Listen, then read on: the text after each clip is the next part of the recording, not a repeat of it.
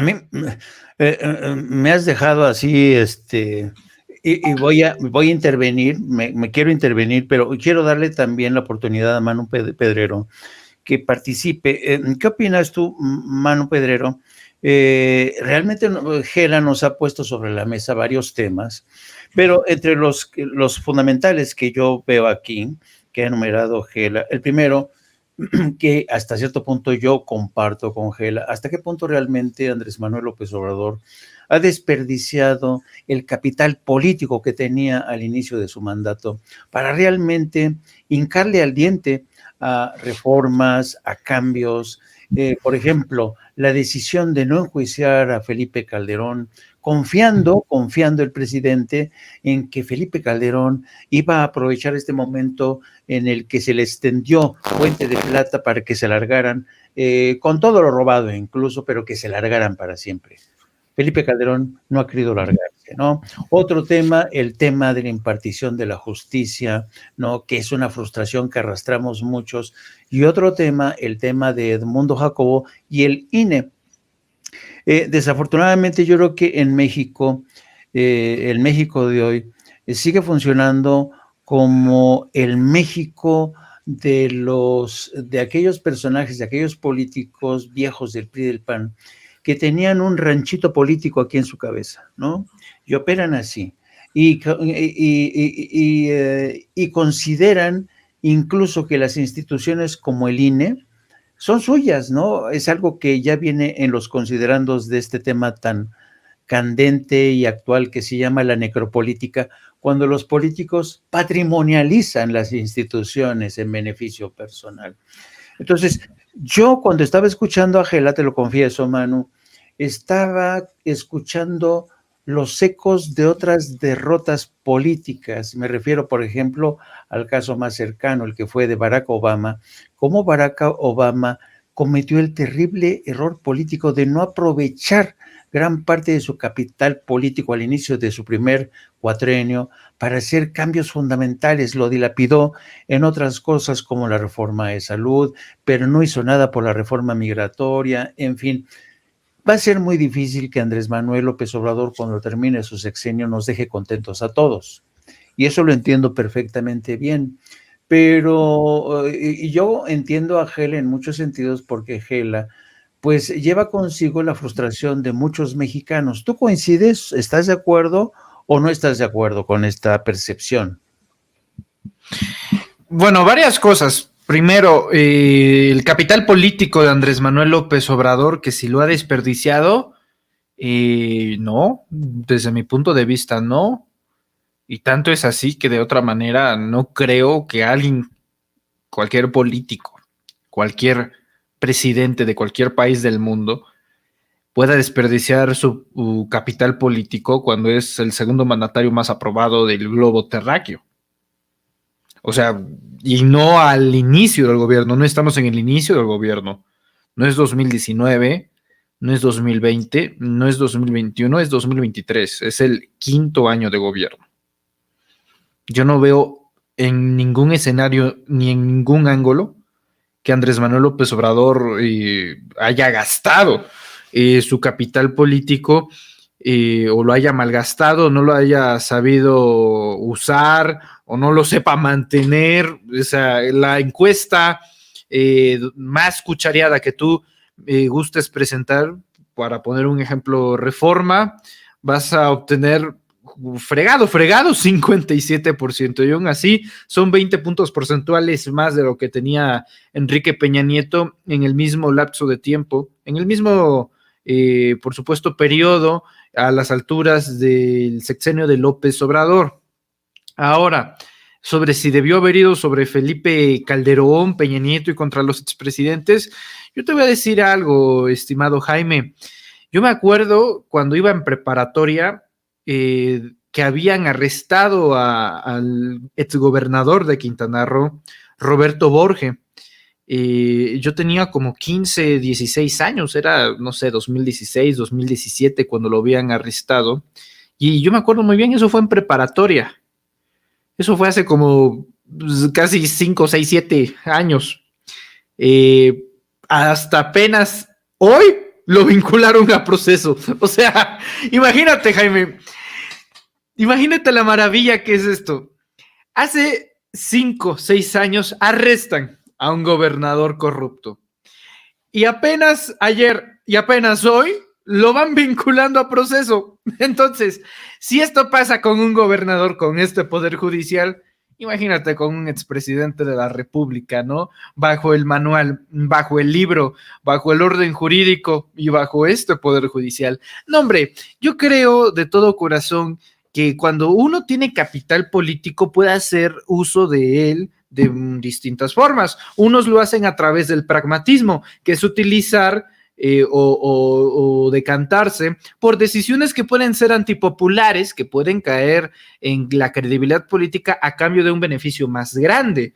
Yo creo que uno de esos ejemplos fue el caso del general Salvador Cienfuegos. A ver, si fuese por Andrés Manuel, el general Salvador Cienfuegos acaba en los Estados Unidos arrestado. Pero ¿por qué lo salva? ¿Por qué lo rescata? Justamente porque es un general. Y si hay un precedente de que un general de 5 estrellas del ejército mexicano está arrestado en los Estados Unidos, entonces eso crea el precedente para que Estados Unidos pueda desestabilizar en el futuro presente dentro de lo inmediato a la institución del ejército mexicano. A ver, ¿por qué Estados Unidos no arresta a un general de Israel? ¿Por qué no arresta a un general español o italiano o francés o alemán? Claro que no, eso es una decisión pragmática, ¿no? Este tipo de cosas. Entonces, hay más decisiones pragmáticas. La presencia de los chapulines, como mi tocayo Manuel Espino, ¿no? Desgraciadamente deja muy mal parado a los gremios de los Manueles. Manuel Espino, que ahorita está dirigiendo los CONALEPs a nivel nacional, ve tú a saber qué experiencia o qué capacitación tiene Manuel Espino para dirigir los CONALEPs, pero ese tipo de cosas, Jaime, te lo explicas a la larga.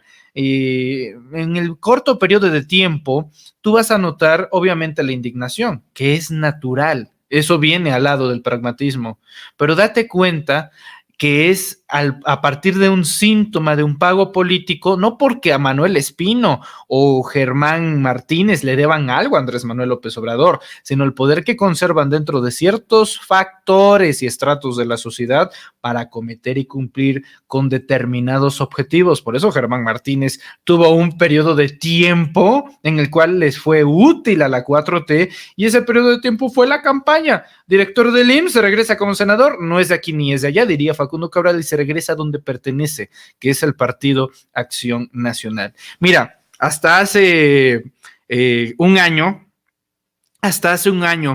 yo creía que Mario Delgado pues era prácticamente el responsable pues de esta serie de cosas, de que si fulanito de tal está en cierta candidatura o si no, si Pau, y con el tiempo, es mi percepción personal, yo veo a Mario Delgado ahora, Jaime, y yo honestamente veo un chivo expiatorio, lo digo con mucho respeto, yo veo un chivo expiatorio en el caso de Mario Delgado, porque de otra manera el partido de Estado, lo es, Morena es un partido de Estado, que hoy tiene que está obligado a ser un partido de Estado, no puede desvincularse. El único gobierno federal que ha tenido con esta incertidumbre de que al mismo tiempo podría ser el último, ¿me explico?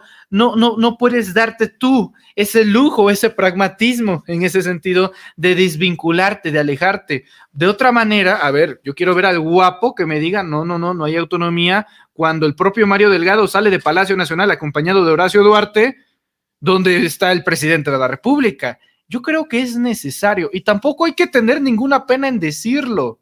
El presidencialismo mexicano funciona así. Y mira que a tan solo 2 días de la llegada del aniversario de la expropiación petrolera de 1938, el 18 de marzo, por el general Lázaro Cárdenas del Río, pues es justamente Lázaro Cárdenas quien inaugura el modelo presidencialista. Esto quiere decir que a partir de Cárdenas, todos los presidentes empiezan a durar cada 6 años por mandatos constitucional. Ahora es incluso el propio Lázaro Cárdenas electo eje para que este modelo presidencialista funcione. Esto quiere decir que ya no haya cacicazgos del Ejecutivo Federal, que no haya maximatos, que no haya Álvaros Obregones, que no haya Plutarco Elías Calles, sino que haya un presidente, un hombre que lleve la rectoría del Estado y que concentre gran parte del poder, a pesar de la división misma que plantea Montesquieu en el poder judicial y legislativo,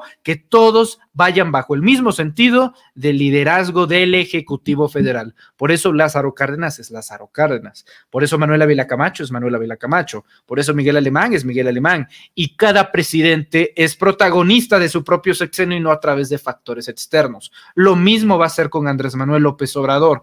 Por eso cuando nos preguntamos si Andrés Manuel va a quedar a deber, si Andrés Manuel hizo lo suficiente, Andrés Manuel está haciendo el triple, yo creo, de la expectativa y también dentro de las facultades que tiene el propio Estado mexicano,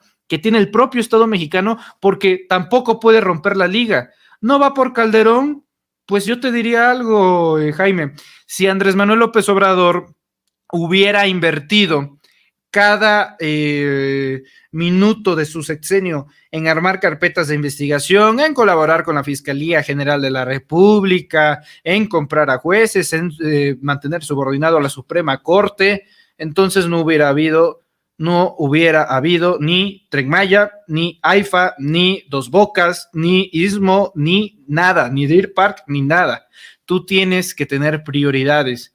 Y me queda perfectamente claro que la del proyecto de nación de López Obrador, la prioridad era gobernar, no meterse en estas situaciones tan complejas como la justicia en torno a los expresidentes. Además, él no está capacitado ni facultado para lograrlo y de cierta manera ya les hizo un juicio. Él fue el conducto del juicio. Si bien no fue el jurado, ni el juez, ni verdugo, sí fue el que condujo a toda una población, en este caso a México, para decirles, estos hijos de la tiznada hicieron esto. Este tuvo un secretario de Seguridad Pública narco, desapareció empresas paraestatales, uno por punto. Y creo que el juicio mediático y el juicio de la historia pesa más en nuestro país que 5, 7, 8 años miserables en prisión como los que hoy va a cumplir Javier Duarte de Ochoa. Termino, para no extenderme, porque también quedó pendiente el tema del INE. Edmundo Jacobo Molina regresa al Instituto Nacional Electoral como secretario ejecutivo. Mira, Jaime, lleva 30 años en el INE. Yo tengo 20. O sea, todavía no había nacido y Edmundo Jacobo ya estaba en el Instituto Nacional Electoral, en esos entonces Instituto Federal Electoral. Él era el hombre que manejaba y sigue manejando hasta ahora la chequera, la billetera del INE. Da igual si Lorenzo Córdoba, Ciro Murayama y el resto de los consejeros electorales se marchan o se quedan, da igual, porque el hombre que cuida la billetera es el subordinado, el compadre, el amigo, el maestro, el sensei, el hombre que los tuvo por discípulos a todos, que los vio llegar y los va a ver irse y que va a mantener todas las finanzas de esa élite burocrática dorada en marcha. Por eso el plan B, desde mi punto de vista, tuvo como punto principal eliminar al hombre que manejaba ese recurso para distribuirlo de manera correcta. Ahora, vuelve Edmundo Jacobo, esto causa la burla de Lorenzo Córdoba y más que desalentarse, yo diría que vamos por un muy buen camino, incluso si la propia Suprema Corte de Justicia de la Nación invalida, que creo que es lo más probable, aunque no sea inconstitucional, creo que va a invalidar la reforma electoral, el plan B del presidente Andrés Manuel López Obrador. Resumo, voy a tratar en 15 segundos de por qué si es constitucional. El presidente López Obrador pudo haberlo hecho por decretazo, no lo hizo, lo envió a la Cámara de Diputados, se aprobó, lo enviaron los diputados a los senadores, se aprobó, los senadores lo devolvieron a los diputados, se reaprobó por Santiago Krill para que le firmara ahí en la presidencia de la mesa directiva, se devolvió al Ejecutivo, se publicó en el Diario Oficial de la Federación. Ese es el procedimiento normal para cualquier iniciativa de ley. No hay nada de inconstitucional, se hicieron con los votos necesarios, con la mayoría simple, 250+1 en el caso de diputados, lo mismo en el caso de la Cámara de Senadores. No hay un solo ápice de inconstitucional, se aprobó. Ahora quedará en manos de la Suprema Corte, concretamente de Norma Lucía Piña Hernández, decidir si esto es constitucional o no. Yo creo que ella, a través de los grupos de intereses creados en el Poder Judicial, la van a rechazar. La van a rechazar, pero no importa. Y te voy a decir por qué. Y con esto finalizo. Todo lo engloba Ciro Murayama el día de hoy con un tuit que lanza y que me parece muy revelador. Me permito a leértelo, estimado Jaime. Y dice lo siguiente. Ciro Murayama tuitea: el pueblo, perdónenme, pero el pueblo no existe. Lo que existen son sociedades diversas y las sociedades siempre tienen conflictos. Las elecciones son el único mecanismo para resolver conflictos que involucra a todos. Ese primer párrafo creo que revela de cuerpo entero no solo al Instituto Nacional Electoral, sino a toda la población opositora al régimen político de López Obrador en este momento. Perdónenme, pero el pueblo no existe. Mira nada más, y da la casualidad que el INE es un organismo autónomo según la Constitución mexicana, y que esa misma Constitución, que ese mismo orden jurídico supremo, que esa misma Carta Magna de 1917, remítese al artículo 41, y no me va a dejar mentir quien fue aquí legisladora, al artículo 41 de la Constitución: el poder viene emanado directamente del pueblo.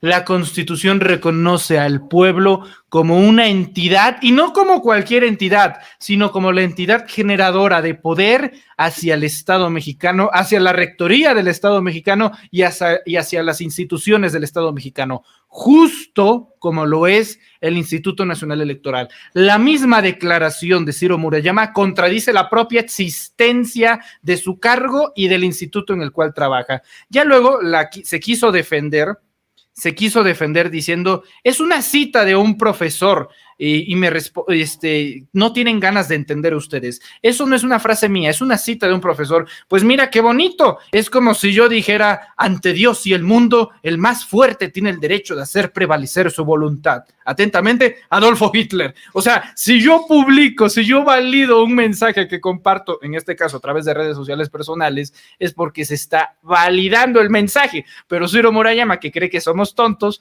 pues cree que con eso va a ser suficiente. Ahora sí, finalizo con lo siguiente, Jaime y María, perdón por la extensión. Mira que qué ganas me quedé con ver a René Descartes y a Ciro Murayama debatir, dialogar. René Descartes, que dijo aquella frase, tú te acordarás, querido Jaime, y expresó que primero pienso y luego existo. Bueno, Ciro, negando la existencia del pueblo, en una de esas dice, primero voto y luego existo, o primero cobro y luego me voy. Es lo que tengo que decir, querido. Sí, me quedo con lo último. En el caso de Ciro Murayama. Bueno, se dan cuenta, hay aquí